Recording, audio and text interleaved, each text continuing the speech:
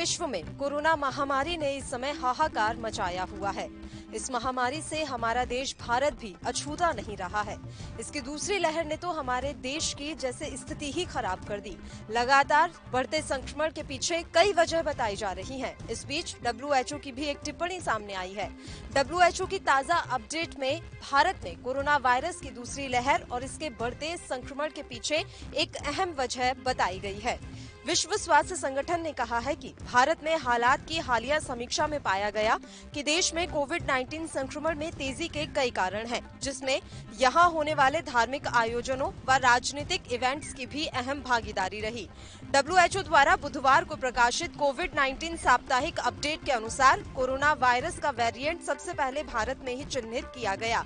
इस अपडेट में ये बताया गया है कि जिस तरीके से अलग अलग इवेंट भारत में हुए, उस वजह से देश में संक्रमण तेजी से फैला है। भारत के चिंताजनक हालात के पीछे वैसे तो अनेकों कारण हैं, जिसमें विभिन्न धार्मिक एवं राजनीतिक इवेंट में शामिल होने वाली लोगों की भीड़ भी शामिल है, जिससे संक्रमण और तेजी से फैला है। कोविड-19 महामारी के कारण भारत के बुरे हालात को लेकर किए गए हालिया समीक्षा के बाद WHO के द्वारा तैयार किए गए अपडेट के अनुसार जन स्वास्थ्य एवं सामाजिक उपायों के पालन में कभी भी वर्तमान हालात अभी भी जिम्मेदार बताए जा रहे हैं। इसके अलावा WHO ने स्पष्ट किया है कि किसी भी वेरिएंट की पहचान उस देशों के साथ नहीं की जाती जहां पहली बार वह वेरिएंट पाया जाता है। वह वेरिएंट का जिक्र उसके वैज्ञानिक नाम के साथ ही करते हैं। तो इस तरीके से ये कहा है WHO ने कि भारत में ज्यादा घातकता और टीकों से बनने वाले प्रतिरोधक क्षमता लोगों में ज्यादा है। इस वजह से यहाँ पर हालात भी जल्द ही सुधर सकते हैं। हालांकि WHO की इस टिप्पणी के बाद तमाम तरह की प्रतिक्रिया भी सामने आ रही है। बात देश की सत्तारूढ़ पार्टी यानी भारतीय जनता पार्टी की करें तो वो WHO की इस टिप्पणी को साफ तौर पर नकारते हुए नजर आ रहे हैं। उनका ये कहना है कि कुंभ या फिर किसी राजनीतिक इवेंट से कोरोना नहीं फैला है। वहीं बात देश की मुख्य विपक्षी पार्टी कांग्रेस की कर लें तो उनका ये साफ तौर पर कहना है कि जिस तरीके से अलग अलग राज्यों में चुनाव हुए, रैलियां हुई, इसके अलावा राजनीतिक जितने भी इवेंट हुए वो एक बड़ी वजह रहे हैं। खैर, ये तो देखने वाली बात रहेगी कि हमारे देश में स्थिति कब सामान्य होती है और वाकई में कोरोना वायरस की दूसरी लहर और तेजी से बढ़ते संक्रमण के पीछे क्या वजह है, ये कब सामने आती है। कैमरा पर्सन करण मेहरा के साथ मैं पल्लवी राजपूत, ANB न्यूज। संघ लोक सेवा आयोग यानी UPSC ने 27 मई को होने वाली सिविल सेवा की प्रारंभिक परीक्षा को स्थगित कर दिया है। जी हां, अब ये परीक्षा 27 मई की होने की बजाय 10 अक्टूबर को आयोजित की जाएगी। कोरोना के बढ़ते मामलों को देखते हुए अधिकारियों ने ये फैसला लिया है। UPSC ने इस संबंध में आधिकारिक वेबसाइट upsc.gov.in पर आधिकारिक नोटिस जारी किया है। परीक्षा 10 अक्टूबर को आयोजित की जाएगी। जिन उम्मीदवारों ने परीक्षा में शामिल होने के लिए अप्लाई किया है, वे आधिकारिक वेबसाइट पर जाकर नोटिस चेक कर सकते हैं। जारी नोटिस के अनुसार कोरोना वायरस के कारण उत्पन्न परिस्थितियों के कारण संघ लोक सेवा आयोग ने सिविल सेवा की प्रारंभिक परीक्षा 2021 में होने वाली स्थगित कर दी है, जो अब 27 जून 2021 को आयोजित होने वाली थी। ये अब 10 अक्टूबर 2021 को आयोजित की जाएगी। आपको बता दें, सोशल मीडिया पे लगातार लंबे समय से छात्र इस परीक्षा को स्थगित करने की मांग कर रहे थे। पिछले साल भी कोरोना संक्रमण के खतरे के चलते सिविल एग्जाम 31 मई से स्थगित कर 4 अक्टूबर 2020 को आयोजित किया गया था। आयोग इससे पहले कंबाइंड मेडिकल एग्जाम और अन्य परीक्षाएं भी स्थगित कर चुका है। जिन छात्रों को UPSC की परीक्षा में शामिल होना था, वे अब UPSC की आधिकारिक वेबसाइट पर जाकर नोटिस चेक कर सकते हैं। ANB के लिए अदिति विश्वकर्मा की रिपोर्ट। बिहार में लॉकडाउन 25 मई तक के लिए बढ़ा दिया गया है। बिहार के मुख्यमंत्री नीतीश कुमार ने यह ऐलान करते हुए कहा है कि लॉकडाउन का कोरोना पर प्रभावी असर पड़ा है, जिसको देखते हुए ये बड़ा फैसला लिया गया है। दरअसल आपको बता दें कि पटना हाई कोर्ट के आदेशों के बाद बिहार सरकार ने 5 मई से 15 मई तक लॉकडाउन लगाने का फैसला किया था और जिसकी मियाद 15 मई तक पूरी हो रही थी। लेकिन अब बिहार सरकार ने एक बार फिर से बड़ा फैसला लिया है। कोरोना के मामलों में कमी देखते हुए लॉकडाउन का असर बताया गया है और इसके साथ ही बिहार सरकार ने यह फैसला लिया है कि अब लॉकडाउन 25 मई तक के लिए बढ़ाया जा रहा है। दरअसल 16 मई को लॉकडाउन की मियाद खत्म हो रही थी। आपको बता दें कि इसके पहले भी बिहार मंत्रिमंडल के कई सदस्यों ने इस बात की आवाज उठा चुकी है और मुख्यमंत्री नीतीश कुमार से ये मांग कर चुके थे कि लॉकडाउन की मियाद को बढ़ाई जाए, जिसके बाद बिहार सरकार ने ये बड़ा कदम उठाया है और इसके साथ ही बिहार सरकार ने आम जनता से सहयोग की अपेक्षा की है और इसके साथ ही कहा है कि पॉजिटिविटी सोच लेकर के चलना होगा हमें। सरकार का सहयोग आम जनता को भी करना पड़ेगा। लॉकडाउन में इस दौरान जो कोरोना के मामलों में कमी देखने को मिली है, आने वाले समय में यह और प्रभावी कमी देखने को मिलेगी। वीडियो जर्नलिस्ट करण के साथ योगेश पांडे।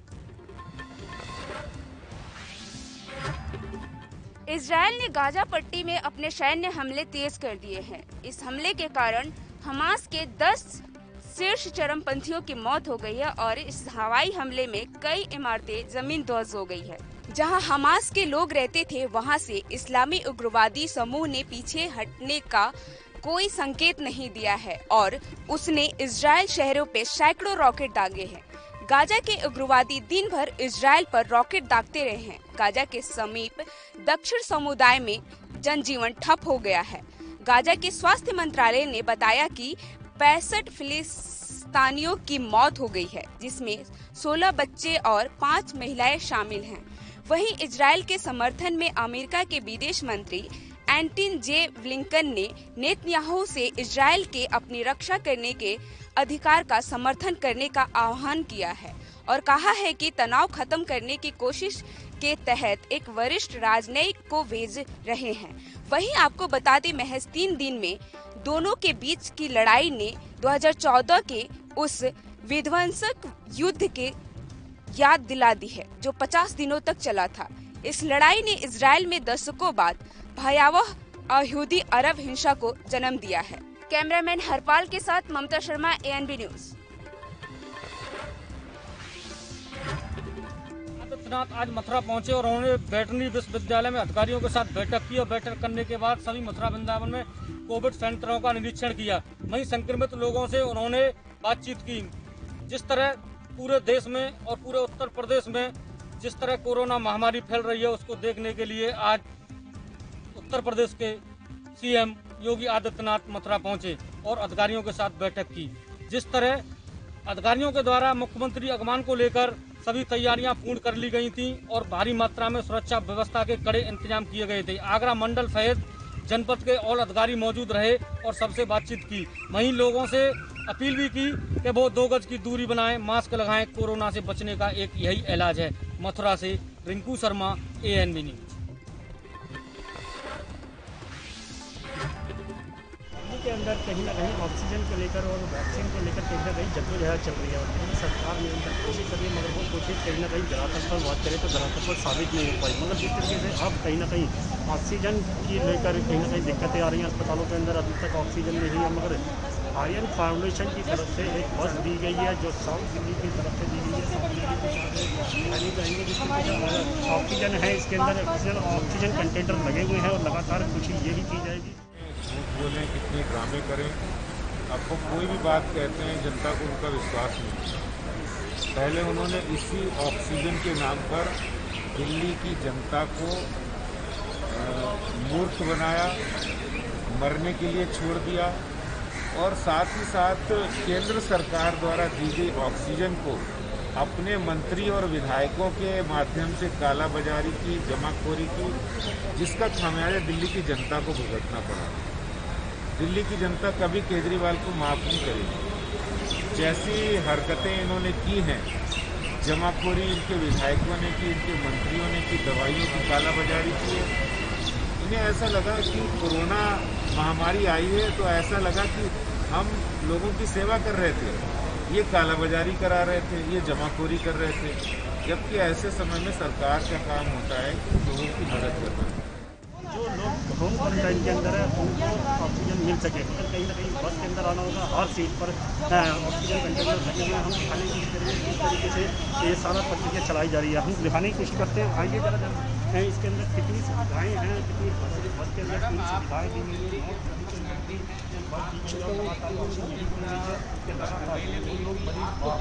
उनको ऑक्सीजन मिल सके, दिखाने की कोशिश करेंगे। हम बस के अंदर व्यवस्था की गई है, इसके अंदर सारी सुविधाएं हैं। लगातार ऑक्सीजन कंटेनर लगाए गए हैं हर सीट पर। हम दिखाने की कोशिश करेंगे, हर सीट पर ऑक्सीजन कंटेनर लगे हुए हैं, ऊपर भी लगे हुए हैं। सारी सीटों पर ऑक्सीजन कंटेनर लगभग हर व्यक्ति को ऑक्सीजन दी जाएगी। मगर जिस तरीके से हर व्यक्ति आकर यहाँ पर बैठ सकता है और लगातार कोशिश यही कर सकता है कि उसको ऑक्सीजन मिल सके। मगर जिस तरीके से लगातार ऑक्सीजन की किल्लत अस्पतालों के अंदर देखने को मिल रही है वो कहीं ना कहीं दिक्कतें है, क्योंकि इसके अंदर केंद्र सरकार और राज्य सरकार दोनों ही आपस में लड़ती नजर आ रही है। और केंद्र सरकार की तरफ से कहा जा रहा है कि ऑक्सीजन दी जा रही है, मगर दिल्ली सरकार की तरफ से कहा जा रहा है कि ऑक्सीजन नहीं है उनके पास। और जिस तरीके से वैक्सीन को लेकर भी कहा जा रहा है कि वैक्सीन खत्म है दिल्ली के अंदर, तो कहीं ना कहीं दिक्कतें जरूर है। मगर जनता को चाहिए राहत, वो राहत मिलती नजर नहीं आ रही, क्योंकि मरीज जो है वो परेशान है, अस्पतालों के बाहर दम तोड़ते नजर आ रहे हैं। और लगातार कोशिश यही थी कि मरीजों को बचाया जा सके, मगर देखना होगा इस बस से कितना फायदा हो सकता है जनता को और मरीजों को। कैमरा पर्सन इरफान खान के साथ राजीव कुमार तिवारी, एएनबी न्यूज़, दिल्ली। मुंबई शहर पूरे महाराष्ट्र में बढ़ते कोरोना के बीच एक तरफ मुंबई पुलिस आयुक्त ने मुंबई पुलिस कर्मियों के लिए डबल मास्क और फेस शील्ड लगाना अनिवार्य कर दिया, वहीं तमाम सेवी संस्थाएं भी लगातार मुंबई पुलिस के लिए चिंता कर रही हैं। वो न सिर्फ उनके लिए कुछ काम कर रहे हैं बल्कि उनके लिए एनर्जी बूस्टर के तौर पर मेडिकल किट सप्लाई देते हुए दिखाई दे रही हैं। तमाम तस्वीरें आप मेरे पीछे देख सकते हैं, तमाम वो संस्थाएं हैं जो मुंबई पुलिस के लिए कहीं न कहीं एनर्जी बूस्टर के तौर पर मेडिकल किट देती हुई दिखाई दे रही है। मुंबई का जुहू पुलिस स्टेशन है जहां पर मुंबई पुलिस कर्मियों के लिए मेडिकल किट दी जा रही है, जिसमें तमाम तरह की दवाइयां और एनर्जी बूस्टर सामान है। लिहाजा ये देखा जा रहा है कि जिस तरह से मुंबई पुलिस लगातार लोगों के बीच जाकर काफी संख्या में संक्रमित हो रही है, उसको बचाने की एक मुहिम कह लीजिए कि लगातार कोशिश की जा रही है। अगर संस्था के बारे में बताएं तो कैदी सुधार संस्था है जो लगातार कैदियों के लिए काम करती है, आम जनता के लिए काम करती है। वो क्राइम न करे, क्राइम बचाओ के तौर पर काम करती है। उनसे भी जानकारी लेंगे कि आखिर कितने पुलिस स्टेशन को और कितनी मात्रा में इस तरह का मेडिकल किट सप्लाई किया जाएगा। सबसे पहले सर बताइए कि आपका इस तरह का जो आयोजन है क्या उद्देश्य? सर मेरे पूरे पुलिस स्टेशनों में हम लोग किट दे रहे हैं पुलिस के लिए, और दिन में जितने भी जवान रोड पे बैठे हैं छावनी में हम लोग उसको पानी और नाश्ता दे रहे हैं डे। और जो बाहर से आए कोरोना के लोग जिसके फैमिली के लिए भी हम लोग खाना प्रोवाइड कर रहे हैं। आज डेली हम लोग 2000-3000 लोगों को हम खाना खिला रहे हैं। सर क्या कहेंगे आप, इतनी बड़ी मात्रा में मुंबई में पूरा 93 पुलिस स्टेशन है, हर पुलिस स्टेशन में अगर देखा जाए तो 200-250 पुलिसकर्मी होते हैं, इतनी बड़ी संख्या में पीपी किट मुहैया करवाना कितनी बड़ी चुनौती?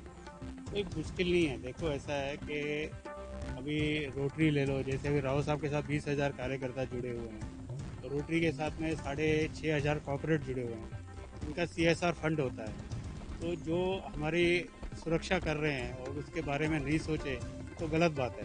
तो कोई मुश्किल नहीं है, कोई दिक्कत नहीं है। जो पुलिस फोर्स या BMC जो मांगेगी हम लोग पहुँचाएंगे चीज़, कोई दिक्कत नहीं है। मुंबई में जिस तरह से लगातार कोरोना संक्रमण अपना पैर पसारा, उसको रोकने के लिए इस तरह की कैदी सुधार वेलफेयर द्वारा मुहिम चलाई जा रही है। हालांकि मुंबई के न सिर्फ एक पुलिस स्टेशन है बल्कि मुंबई के जितने 93 पुलिस स्टेशन है उन सभी पुलिस कर्मियों के लिए इस तरह का मेडिकल किट पहुंचाया जाएगा। लेकिन देखने वाली बात होगी कि क्या इस तरह की सेवा कर्मियों को आगे आने से अन्य सेवा कर्मी जो है वो आगे आते हैं या नहीं। कैमरा पर्सन विनय सिंह के साथ मैं प्रताप सोनी, एएनबी न्यूज़, मुंबई। देश प्रदेश में कोरोना संक्रमण जिस तरह से अपना पैर पसारता जा रहा है वह बेहद ही चिंता का विषय बना हुआ है। तो वहीं मध्य प्रदेश के मुख्यमंत्री लगातार कोरोना संक्रमण को लेकर बैठकें कर रहे हैं और जिलों का भ्रमण कर रहे हैं, जिस संबंध में आज मध्य प्रदेश के मुख्यमंत्री के द्वारा शहडोल, सतना और रीवा का आज भ्रमण किया गया।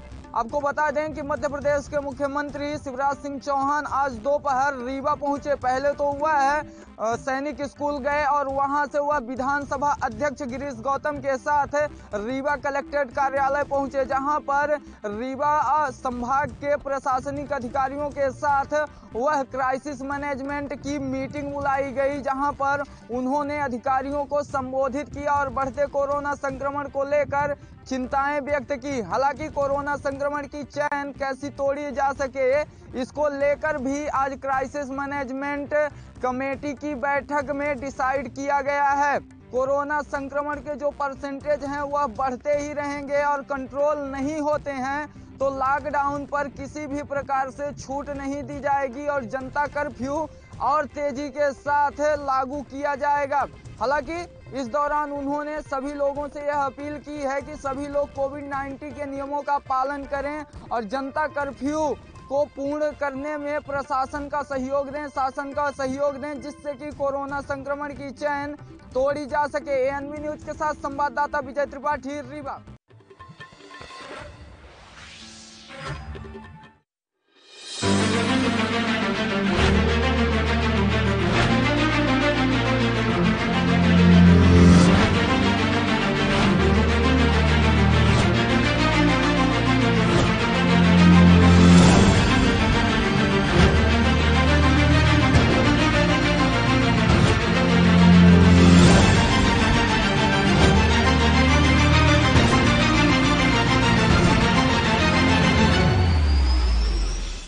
देख रहे हैं आप, मैं हूं आपके साथ पल्लवी राजपूत। कोरोना की स्थिति दिल्ली में काफी बेकाबू।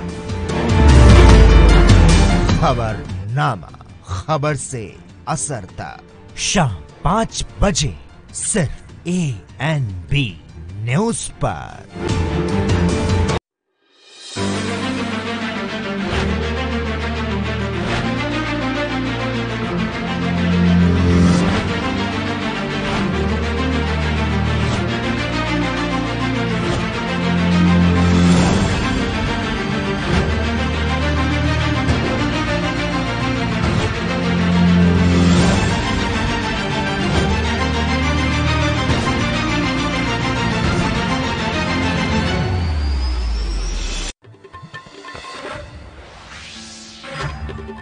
जिले में लगातार कोरोना वायरस से फैली बीमारी अपना पांव पसार रही है, जिससे आम जनता त्राही त्राही कर रही है और कागजों में सब कुछ अच्छा दिखाया जा रहा है।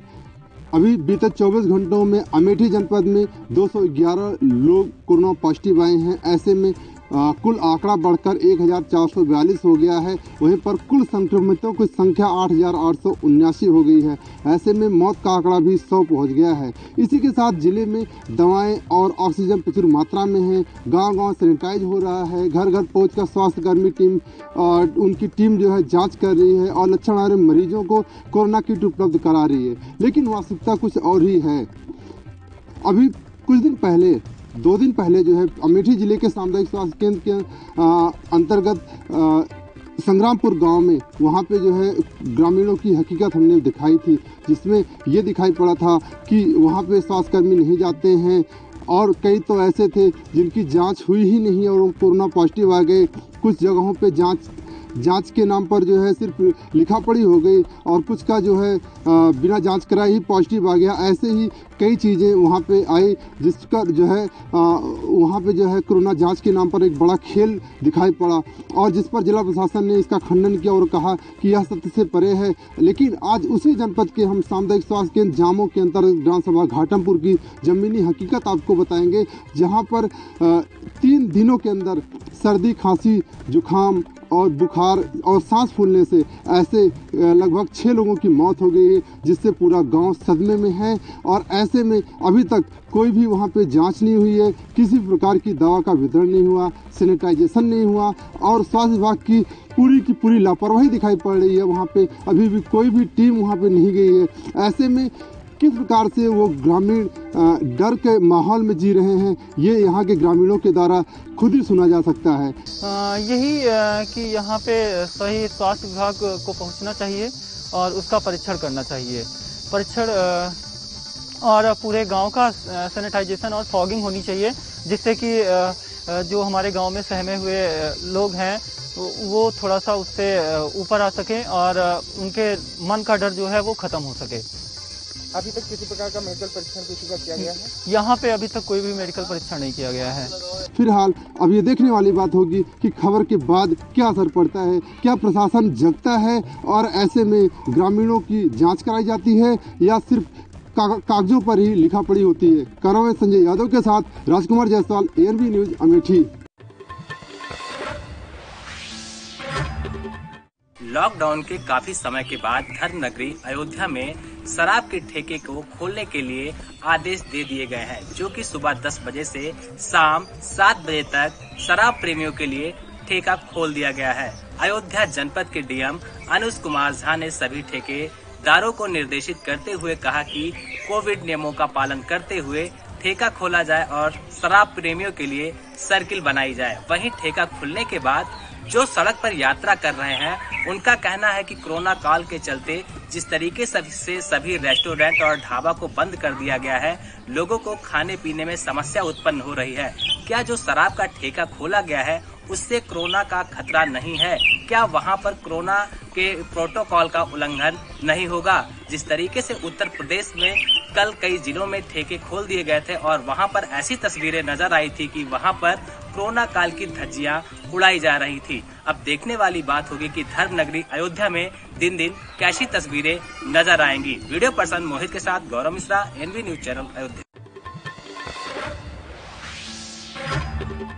जिस तरीके से कोरोना देश भर में पैर पसारता जा रहा है, वहीं दूसरी ओर फिरोजाबाद के उद्योगपति इसमें जो कि बढ़ चढ़ के हिस्सा ले रहे हैं और लोगों को, ज़रूरतमंद लोगों को मदद पहुंचाते जा रहे हैं। तो ऐसा ही बात हम आज कर रहे हैं फिरोजाबाद एसपीसीटी ऑफिस की। यहाँ उद्योगपति द्वारा जो यहाँ पर सब कुछ सामान जो वितरण किया गया है ज़रूरतमंदों के लिए, जो आप देख सकते हैं यहाँ पर जो सामान जो दिखा रहा हूँ आपको, इसमें नेबुलाइजर भी है, मास्क हैं और भी काफ़ी मेडिसिन भी हैं, दवाइयाँ भी हैं, जो कि लोगों द्वारा उनका वितरण किया गया है। ये आज सामान वितरण किया है, क्या कहना चाहेंगे इस बारे में? मैं ये कहना चाहूँगा, ये छोटा सा एक प्रयास है कि समाज का कुछ मदद हो जाए, जैसे भी हो सके, लोग बच सकें। कोरोना की महामारी आज की डेट में आप जानते ही हैं बहुत बुरी तरह से फैली हुई है, तो इस सामान के इस्तेमाल से जितना हो सके बचें और सेफ रहें, अपने घर पे रहें, बस यही कहना। तो बिल्कुल ये समाज से भी जिस तरीके से बढ़ चढ़ कर हिस्सा ले रहे हैं, लोगों को ज़रूरतमंद लोगों को ज़रूरत की सामान पहुंचा रहे हैं, जैसे कि आपको दिखाया मैंने आज जिस तरीके से सामान एसपीसीटी द्वारा यहाँ वितरण किया गया है और लोगों को मदद पहुँचाई गई है। कैमरा पर्सन सूरज वर्मा के साथ साहिल खान, ANB न्यूज़ फिरोजाबाद।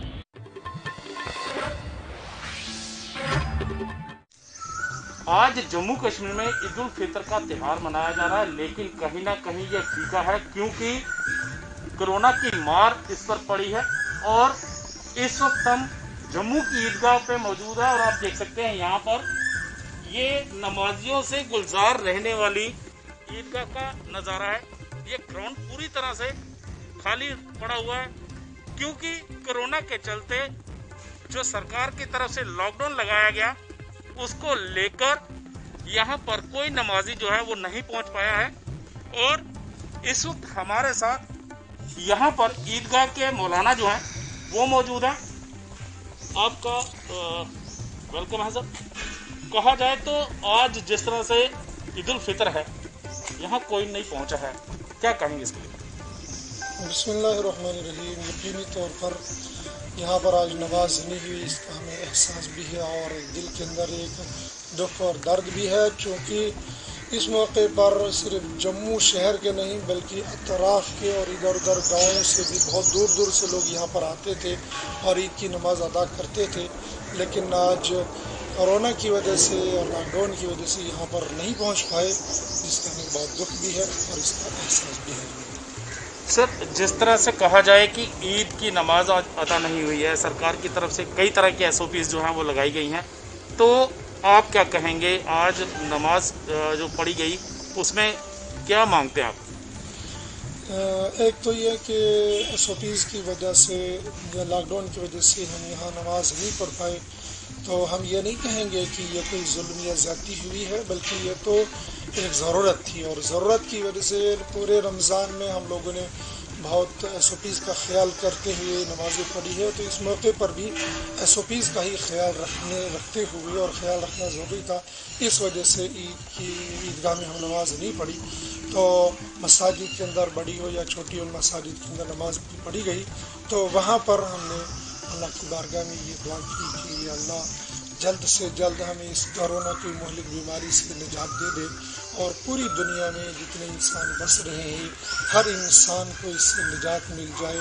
अगर कोई इसके अंदर मुब्तला हो चुका है तो अल्लाह पाक उसको शिफा दे दे, सेहत दे दे, और जो मर चुके हैं उनकी रूहों को सुकून और राहत मिल जाए। इस तरह की हमने दुआएं की। तो सुना, इनका कहना है कि हमें जो सरकार ने SOPs बनाई हैं कोरोना को लेकर उसका पालन करना चाहिए, और साथ ही में इन्होंने ये भी दुआ मांगी है कि देश से और राज्य से जल्द कोरोना जो है वो खत्म होना चाहिए। Ravindra Kumar Shrivastava, ANB news, Jammu. कहते हैं कि इंसान भी कभी न कभी भगवान का रूप ले ही लेता है। ऐसा ही कुछ झांसी के लाल अहमद के लिए कर दिखाया फिल्म अभिनेता सोनू सूद ने। झांसी के रहने वाले नसीम के 8 माह के बच्चे की सोनू सूद ने ओपन हार्ट सर्जरी कराकर इंसानियत की मिसाल पेश की है। बताते चले कि फिल्म अभिनेता सोनू सूद तरह तरह से लोगों की मदद करते रहते हैं। किसी का ऑपरेशन कराते हैं तो किसी को खेती करने के लिए ट्रैक्टर भेजते हैं। चाहे कोई आपदा हो या फिर कोई मुसीबत, लोगों की वह हर संभव मदद करते हैं। सोनू सूद ने झांसी के रहने वाले नसीम के 8 माह के बच्चे अहमद के दिल की बीमारी का इलाज कराने का जिम्मा उठा लिया और उन्होंने झांसी के लाल अहमद के दिल की ओपन हार्ट सर्जरी कराई। ये ऑपरेशन पूरी तरह से सफल रहा। ऑपरेशन सफल होने के बाद बच्चे के परिजनों में खुशी की लहर दौड़ पड़ी। नमस्कार सोनू सूद सर, आपने मेरे बच्चे की जान बचाई है। मुझे झांसी से मुंबई बुलाया, ऑपरेशन कराया। मेरे बच्चे का दिल की ओपन हार्ट सर्जरी हुई है मेरे बच्चे की। मैं आपका एहसान सारी ज़िंदगी तक नहीं भूल पाऊँगा सोनू सर जी, गोविंद अग्रवाल जी। मैं आपका एहसान सारी ज़िंदगी तक नहीं भूल पाऊँगा। और मुझे आपने इतने वक्त गुजारा, मैंने इधर मुंबई में, मुझे हर चीज़ को आपने मतलब सपोर्ट किया है सोनू सर ने। और आज मुझे मुंबई के होटल में भी कमरा दिलाया है सोनू सर ने। मेरा बच्चा यहाँ पर है, मेरे बच्चे का ये दिल का ऑपरेशन सोनू सर ने कराया है। वहीं अहमद के पिता ने बताया कि वह मजदूर हैं और मजदूरी का कार्य कर अपने परिवार का भरण पोषण करते हैं। उन्होंने आगे कहा कि वह जितना भी कमाते थे उस बच्चे के इलाज में लगा देते थे। जब वह इलाज कराते कराते थक गए तब जाकर कहीं किसी ने उनको सोनू सूद के बारे में बताया तो उन्होंने सोनू सूद को ट्वीट कर अपने बच्चे की बीमारी की जानकारी दी, जिस पर सोनू सूद ने उन्हें मुंबई बुलाकर बच्चे का ओपन हार्ट सर्जरी कराई और सर्जरी पूरी तरह सफल हुई। सर्जरी होने के बाद पिता ने एक वीडियो बनाकर सोशल मीडिया पर अपलोड कर उन्हें धन्यवाद देते हुए कहा कि सोनू सर, आप भगवान के रूप हो और अल्लाह ईश्वर आपको हमेशा खुश रखे। आपने हमारी मदद की और हमारे बच्चे को जीवन दान दिया। वीडियो जर्नलिस्ट के साथ मोहम्मद शहजाद, ANV न्यूज, झांसी।